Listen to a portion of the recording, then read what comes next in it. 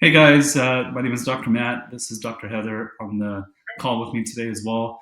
We want to just have a really informal kind of a training session designed specifically for our frontline managers who see our team members constantly every day, and then give you guys a chance just to learn a little bit more about us and the people that end up calling your employees. So, first of all, my name is Dr. Matt. Been living here we're Arizona based, so living in Arizona for the last 20 years. Did my undergrad in Colorado, majoring in human performance and sport, emphasis in athletic training and sports medicine. It's a mouthful. And then moved out here to Arizona, went to AT Stone University where I got my doctorate in physical therapy. And I'm Dr. Heather. I'm from Ohio originally. I did my undergrad in biology with an emphasis on physical therapy. Then I moved out to Arizona as well. I've been here for about 15 years, and I went to AT Still University as well, got my doctorate in physical therapy, and here we are. Cool. So I know Dr. Heather's going to talk through some of these kind of points that we've kind of developed with telemed and early intervention. So Heather, what's the first question you have for us? So I just wanted to see how important is it to report an injury to your manager as early or as quickly as possible? Yeah, so that early reporting piece is critical, right? So we always, with our onboarding and with any training, we try and focus on that as much as we can. The sooner we get an injury, the easier it is to get them better, right? So I always say, hey, if we report an injury on day one, it may take 24 to 48 hours to improve that injury so that it won't impact them at work at all. If we wait 2 weeks where an employee just doesn't seem that it was valued to report, unfortunately, you take that time period and you double it. Now all of a sudden we're looking at 4 to 5 weeks before that injury gets better as well. So reporting it early, for our managers, it really is an opportunity to, number one, follow process. Number two, just takes the guesswork out of your hands and puts it in our hands, right? So as a medical professional, we're able to identify exactly what's going on and hopefully help reduce any risk or the significance of becoming an injury or even a recordable, right? So that's really the crux of that itself. Absolutely. Just one thing to add, sometimes employees feel they can work through an injury, but why not just, call us up, get some additional guidance on how to work through that more quickly so that we can get you back to 100%. Yeah. So very important for early reporting. But next question, what does the telemed process look like for managers when they're dealing with an injured employee? Yeah, so we want to get them in the pipeline as soon as possible, right? So it's really, that process is set for every single company. So usually it's report right away, and sometimes they have another number that they need to call in for workman's comp or whatnot. But then soon after that, we have our 1-800 number that everybody is aware of that you can call in, and we're available 24/7.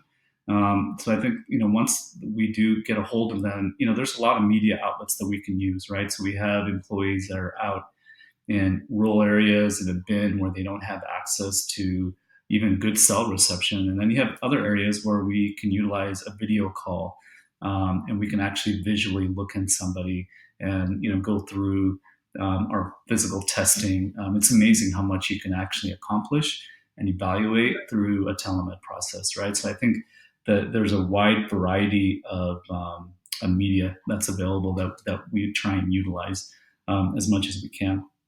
And then obviously, once we get that employee in the pipeline, our main goal is, number one, do not restrict that employee, right? Because that would be a recordable, and try and figure out creative ways to help improve that through kind of OSHA regulated treatment.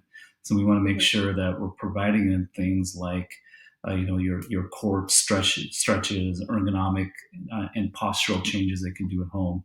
Education on when to ice, when to heat. I just had an employee that I was speaking to last week.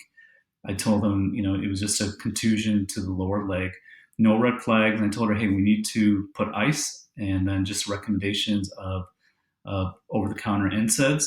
And her question to me afterwards, which I think was really telling, is, so you're telling me that the ice will help reduce the inflammation, right?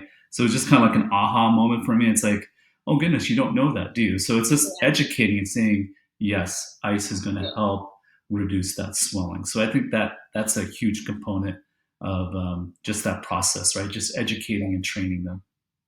Yeah, education goes a long way. Sometimes, employees get injured on the job and they semi freak out a little bit. So just providing them that guidance and letting them know, we're here for you. We'll give you the guidance to get you better.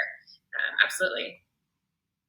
All right. So, what does it look like if we feel as a provider that a referral is needed? What does that Yeah, process? sometimes that happens, right? So if we look at, the hundreds of calls that we take, I think we're sitting right around 80% success or 85% success. So that last 10 to 15%, yeah, I mean, there's some reasons why we need to refer.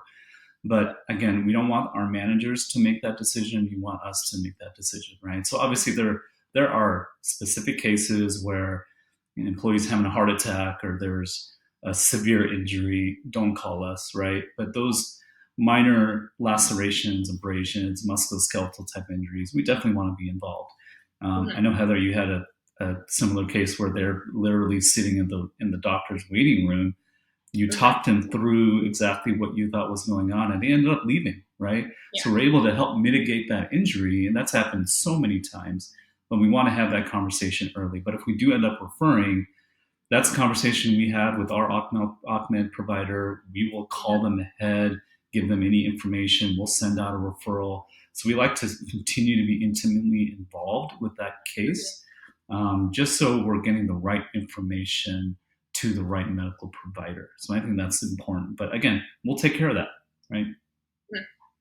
Yeah, we do a lot of call aheads. If we know we're sending an employee and we think, hey, there might be a fracture or whatnot, then we'll give the provider a heads up on what's going on. So that can be very helpful as well. Perfect. Right. Well, I think that kind of goes through our early reporting process in a nutshell. Anything else to add, Dr. Matt? No, I think that's good. I think, if you guys have any questions and look at this and saying, hey, I have a specific question on process or something that you'd like more information on, feel free to contact myself or Dr. Heather at any time. And, we'll make sure we make ourselves available to you. But again, thanks for just stopping real quick and kind of listening to us kind of chat about that reporting process for our managers. And then, like I said, keeping our employees safe is our number one priority. And I think part of that process is getting them to report as soon as possible, right? Let us help you help them. So exactly. We're here to work as a team. Exactly. All right. Thank you, guys. Be safe. Thank you.